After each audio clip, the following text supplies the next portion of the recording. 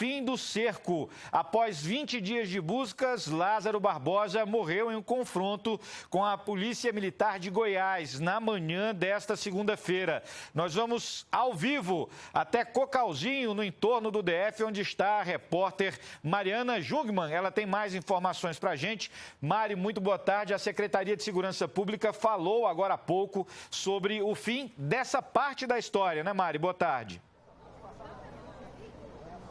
É isso mesmo, Juliano. Boa tarde a você, boa tarde a todos que nos acompanham. Eu estou aqui em Girassol, em frente à Escola Alto da Boa Vista, que é onde as forças de segurança montaram a base delas ao longo desses últimos 20 dias. Forças de segurança aqui do estado de Goiás, e federais, inclusive, forças de segurança do Distrito Federal também, para tentar capturar Lázaro Barbosa. E foi aqui também que hoje o secretário de Segurança Pública, Rodney Miranda, de Goiás, falou com a imprensa. Ele explicou o seguinte: Lázaro estava na casa de uma ex-sogra e da ex-mulher dele, em Águas Lindas, e quando a polícia chegou, ele fugiu para a mata, o cerco se fechou. Por volta de 10h30 da manhã, ele trocou tiros com a polícia e foi então morto. O secretário de Segurança Pública disse que agora vai começar uma nova fase da investigação, porque Lázaro tinha muito dinheiro no bolso. A suspeita é de que ele tinha a intenção, inclusive, de fugir do estado de Goiás para outros estados, e a polícia quer saber quem era a rede de apoio que estava, então, ajudando Lázaro a fugir e por que essas pessoas tinham interesse que esse criminoso não fosse capturado. Então agora começa uma nova fase da investigação com a Polícia Civil para procurar quem são as pessoas que faziam essa rede de apoio para Lázaro Barbosa. O corpo dele estava até agora há pouco no Hospital Municipal Bom Jesus, em Águas Lindas. Eu vim de lá, inclusive aqui para Girassol, mas já foi levado para o IML de Goiânia, que é onde vai passar pelo exame de corpo de delito, o Juliano. Amanhã, inclusive, Mari, o governador de Goiás falou sobre esse assunto também. Só se fala nisso nas redes sociais. Onde você passar, você pode ir no Instagram, você pode ir no Facebook, por onde você passar, o WhatsApp só se fala no fim dessa parte da história. O secretário de Segurança Pública de Goiás, inclusive, por que é que nós estamos falando, eu e a Mari, o fim dessa parte? Né? Porque, segundo o secretário, a partir de agora vem uma outra investigação. Né? Dentro dessa rede de ajuda, nós mostramos semana passada a prisão de um fazendeiro aí na região de Cocalzinho, que estaria alimentando Lázaro, inclusive poderia ter dado esse dinheiro que foi encontrado no bolso do suspeito, do criminoso agora morto. E o secretário ele foi bem claro, em um determinado ponto da entrevista, Mari, ele chegou a dizer o seguinte: há suspeita de que de louco o Lázaro não tivesse nada. De louco, ou seja, ele deixou aí no ar a ideia de que esses crimes teriam alguma fundamentação, teriam alguma ligação. Não vou jogar nada aqui, mas talvez fossem crimes encomendados, inclusive aquele do dia 9, com a chacina de uma família aqui no Distrito Federal. 4 pessoas da mesma família foram assassinadas. Segundo o rumo das investigações pelo Lázaro Barbosa, a legislação brasileira diz que até a pessoa ser julgada e condenada, ela é suspeita. Então a gente não pode bater o martelo, mesmo sabendo o Lázaro ter comentado que não foi o único a cometer aquele crime. Seriam outras pessoas participado. Mari, prioridade para você volta a qualquer momento com mais informações. Só se fala nisso no Brasil. A Mariana Jungmann, direto de Cocalzinho, no entorno do Distrito Federal. Os moradores dos municípios onde as buscas aconteceram vão ter uma noite menos tensa. O alívio veio hoje de manhã, imediatamente depois da primeira notícia pela qual ele havia sido preso. Fogos de artifício explodiram após a captura do homem mais procurado dos últimos 20 dias.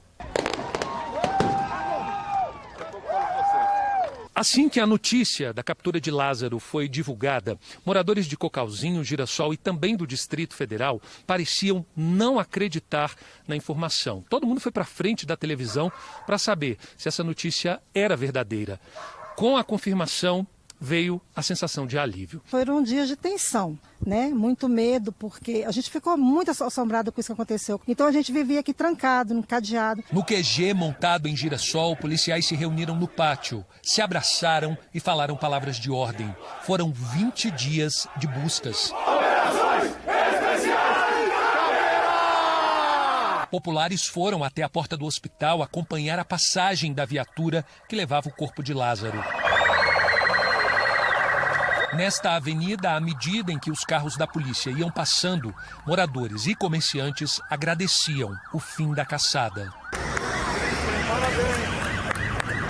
Os parentes ligando de longe para ver como é que a gente estava, se estava próximo, se estava com medo, né?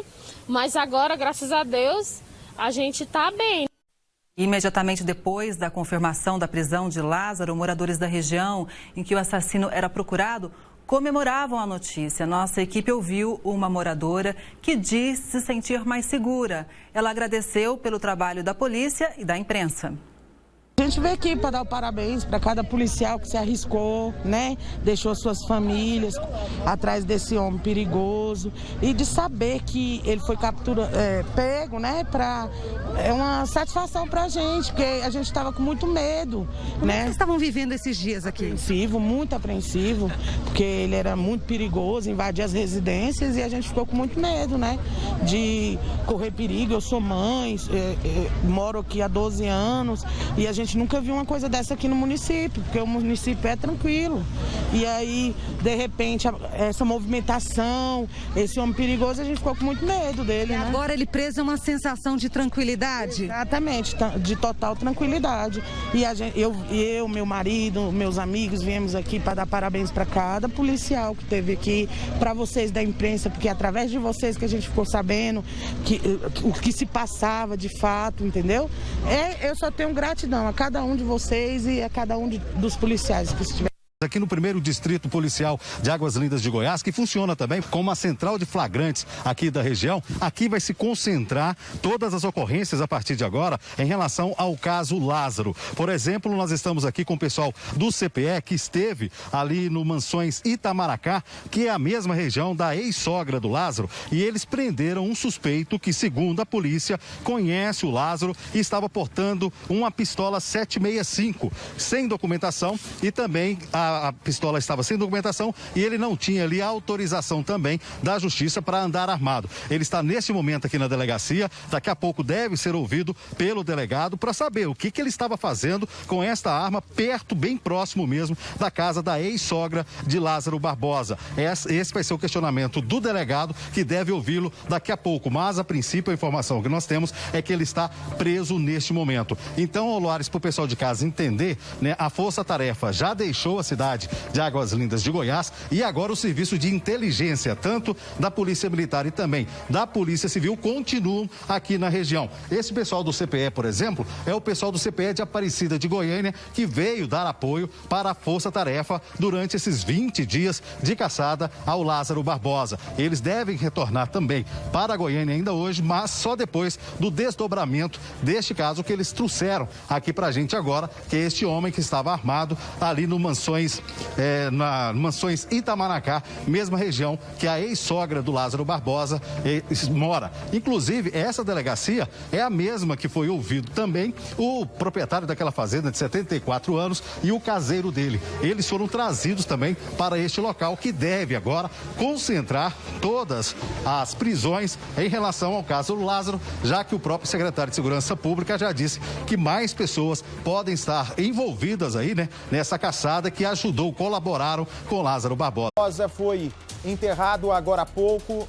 no estado de Goiás. Os nossos repórteres acompanharam uma cerimônia muito restrita a pessoas próximas de Lázaro. Mais uma vez ressalto que a família não tem nada de participação até que se prove o contrário. É bem verdade que algumas pessoas ligadas ao Lázaro ainda são investigadas, mas não se tem ainda nenhum indício de participação, apenas investigação de algumas pessoas próximas, portanto, que devem ser tratadas com respeito, mesmo depois da morte de Lázaro. Bart, se fosse um parente seu, assassino, estuprador, condenado, foragido da justiça, você iria no enterro? Eu não. Eu não iria. Eu não iria. Acho que o pai foi até muito generoso, inclusive, de assinar procuração para fazer o enterro desse sujeito. Da mesma maneira que ninguém escolhe filho, ninguém escolhe irmão, mas você pode escolher se você vai andar do lado do bem ou do lado do mal. E o Lázaro escolheu andar no caminho das trevas, e é para as trevas que ele vai. O Aline Barcelos nos traz as informações agora ao vivo, direto de Goiás.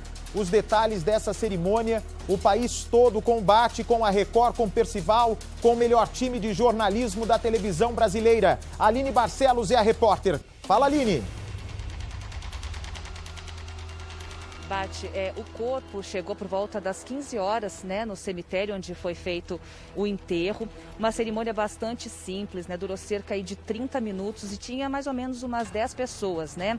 Estavam a Ellen, a atual companheira do Lázaro, a sogra, a filha do casal e também o cunhado. A Ellen, durante todo o tempo, se mostrou bastante comovida, chorou bastante, chegou a se debruçar em cima do caixão e teria dito, né, que não precisava de nada disso, assim, né, querendo dizer que ele não precisava ter escolhido esse caminho e que não precisava ter havido esse desfecho para o casal, né, que afinal de contas agora ela fica sem o companheiro, a filha fica sem o pai. Então foi uma cerimônia, né, carregada aí de muitas lágrimas por parte da Ellen, né? Durou cerca aí de 30 minutos, algo aí bastante rápido, né?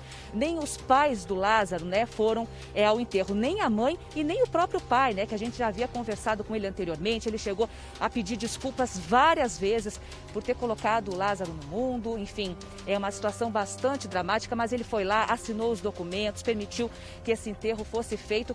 E esse enterro só ocorreu, Bate, por causa do advogado da família do Lázaro, né? Lembra que a mãe e a esposa, a Ellen, a mãe dela, haviam procurado um advogado chamado Wesley Lacerda? Pois bem, foi ele que custeou, junto com a funerária, né, os custos, os valores para que esse velório, para que esse enterro pudesse ter sido feito. O Lázaro vestiu uma camisa social branca, estava no caixão, tinha um visor ali para que os parentes ali pudessem se despedir. Estava bastante maquiado e foi assim, com essa forte comoção por parte da Ellen, que ocorreu esse enterro. Bate, não foi no mesmo cemitério do irmão, né? Foi no cemitério da cidade de Cocalzinho. Ontem o corpo deixou o IML, não sabia ali aonde que seria feito esse enterro, mas foi no cemitério de Cocalzinho e não ao lado do irmão, como, né, havia aí a expectativa, como a gente até tinha comentado, que poderia haver essa possibilidade, mas a família preferiu fazer o enterro, fazer o velório no cemitério de Cocalzinho. Bate. Muito bem. Percival de Souza, pode encher a tela, por favor. Nem a mãe do Lázaro foi, hein, Percival? Eu pensei que fosse a única pessoa que fosse comparecer ao enterro do Lázaro, fosse a mãe, mas foi a esposa, do Lázaro. A Ellen, eu acho que a Ellen é uma pessoa também muito inocente, que realmente não percebeu quem ela tinha dentro de casa. Ela não percebeu quem tinha dentro de casa. Justamente por ter essa personalidade, não é, sedutora, empática com as pessoas, o Lázaro conseguiu ludibriar essa jovem também. Essa é a percepção que eu tenho, Percival. Imagina só, uma moça que sabia que era homicida, mas ela disse que nunca tinha comentado nada de assassinato com o marido, com medo que ele ficasse nervoso. Nervoso devia estar ela, de ficar na casa com um sujeito como esse. E aí também ela diz, mas não precisava dar tanto tiro nele, só 2 tirinhos na perna eram suficientes. 2 tirinhos na perna, ele descarregou todo o pente do revólver para cima dos policiais, Percival. Infelizmente, esse é o caminho que o Lázaro escolheu. Podia ter escolhido o caminho do bem, teve todas as oportunidades do mundo, mas que isso sirva pelo menos de exemplo, que essa imagem, quando nem o pai nem a mãe foram ao enterro do filho, imaginem só, nem mãe nem pai foram ao enterro do filho. É o pior destino que esse homem poderia ter e que sirva de exemplo para os nossos jovens a escolherem o caminho do bem. Porque o caminho do mal ou vai ser este do Lázaro ou então a prisão, que é pior que a morte aqui no Brasil, Percival. Você vê que é um momento de muito constrangimento para os familiares, é um momento de vergonha de enfrentar a situação, receio até de fazer o sepultamento num determinado lugar, porque sabe que o Lázaro atraiu todas as iras, todas as atenções, todas as repulsas por tudo o que ele fez. O que Lázaro fez ao longo da vida é extremamente cruel.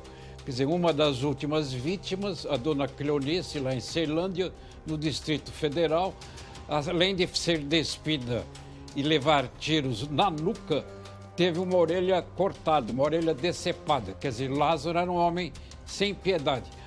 Agora, para o ser humano, Bate, esse é o momento de um grande teste. Quer dizer, a luta entre o bem e o mal é uma luta permanente. O Dostoiévski escreveu isso, o grande escritor russo. E essa luta, Bate, é travada dentro do coração das pessoas, o coração do homem. Você que escolhe o que fazer. É uma luta difícil. Agora, Deus é amor, Deus é o bem. O mal é representado de várias maneiras e um dos representantes, lamentavelmente, foi o Lázaro. Então, pai e mãe tiveram vergonha na hora do sepultamento do filho que haviam gerado. Sem dúvida, Percival. Coloca a foto do Lázaro aqui, vem para cá, por favor. Ele, inclusive, chegou hoje uma informação por meio do delegado Kleber, ele obrigava as vítimas a segurarem o espelho para ele se olhar enquanto fazia a barba. Vocês têm noção ou não? O homem, durante um assalto com refém, um estuprador, um homicida, a polícia já tem até informações de quanto ele ganhava para matar as pessoas, aqueles R$ 4.400 que ele tinha no bolso não era por acaso. Ele segurava o espelho, as vítimas eram obrigadas a segurar o espelho para o bonitão fazer a barba antes de matar ou estuprar as pessoas.